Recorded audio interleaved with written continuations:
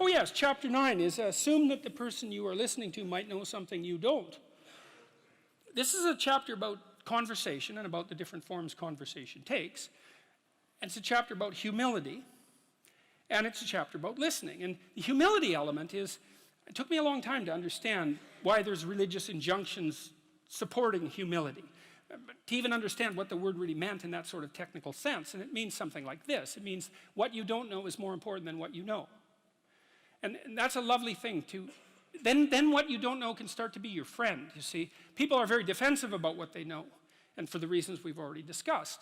But the thing is, you don't know enough.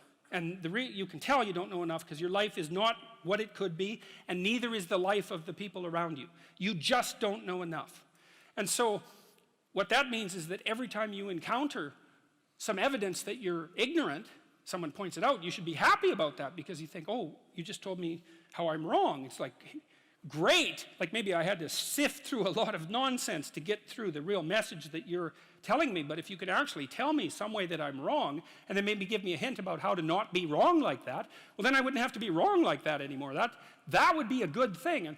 And you can embark on that adventure by listening to people. And if you listen to people, they'll tell you amazing things if you listen to them. And many of those things are little tools that you can put in your toolkit, like Batman, and then you can go out into the world and use those tools, and you don't have to fall blindly into a pit quite as often. And so the humility element is, well, do you want to be right, or do you want to be learning? And it's deeper than that. It's, do you want to be the tyrannical king who's already got everything figured out? Or do you want to be the continually transforming hero, or fool for that matter, who's getting better all the time? And that's actually a choice, you know.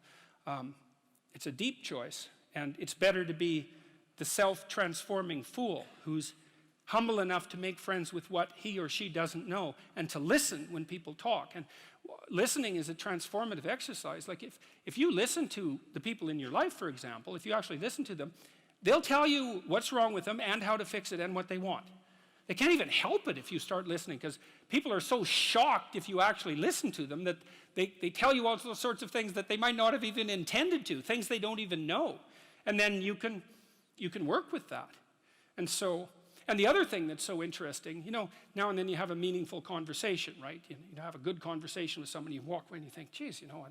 We really connected, and I know more than I did when I came away from that conversation. And during the conversation, you're really engrossed in it. And that feeling of being engrossed is a feeling of meaning. And the feeling of meaning is engendered because you're having a transformative conversation. So your brain produces that feeling of meaning for you. It says, oh yeah, this is exactly where you should be right here and now. It's the right place and time for you. And that's a great place to occupy. And so a good conversation where people are listening has exactly that nature. And the reason it has that nature is because it is in fact transformative. It's one of the truisms of clinical psychology. Like if you're a clinical psychologist, a huge part of what you do is just listen to people. It's like, you know, they come in, they're unhappy, and they'd rather not be, something like that. You say, well, why do you think you might be unhappy? And they don't know. They have some ideas, and they may have to ramble around for like a year before they figure out why they're unhappy. They get rid of a bunch of reasons why they thought they were unhappy that are untrue, and then you kind of get to the heart of the problem. And then you might ask them, well, if you could have what you wanted so that your life would be okay, what would that look like? Then they have to ramble around a bunch about that because they don't really know. But the listening will straighten them out because people think by talking.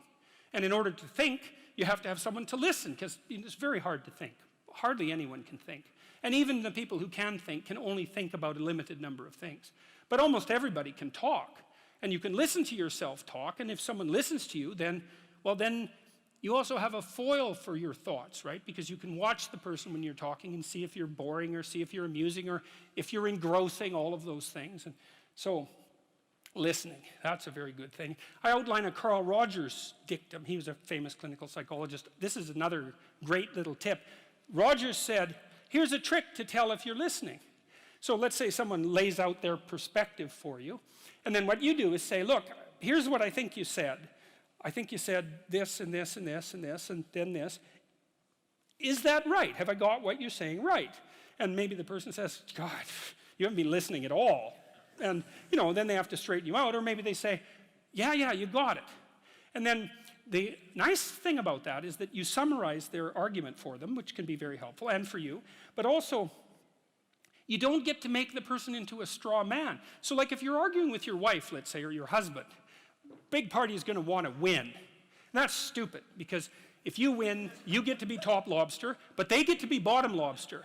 And if you want to live with bottom lobster, then like more power to you, but I wouldn't recommend it. Right, because you don't want that. You want to defeat your wife in an argument.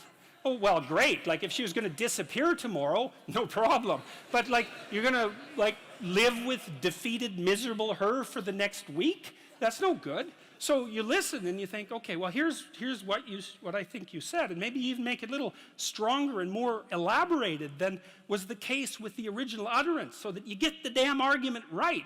And because you don't want to win, you want to fix the problem. That's the winning.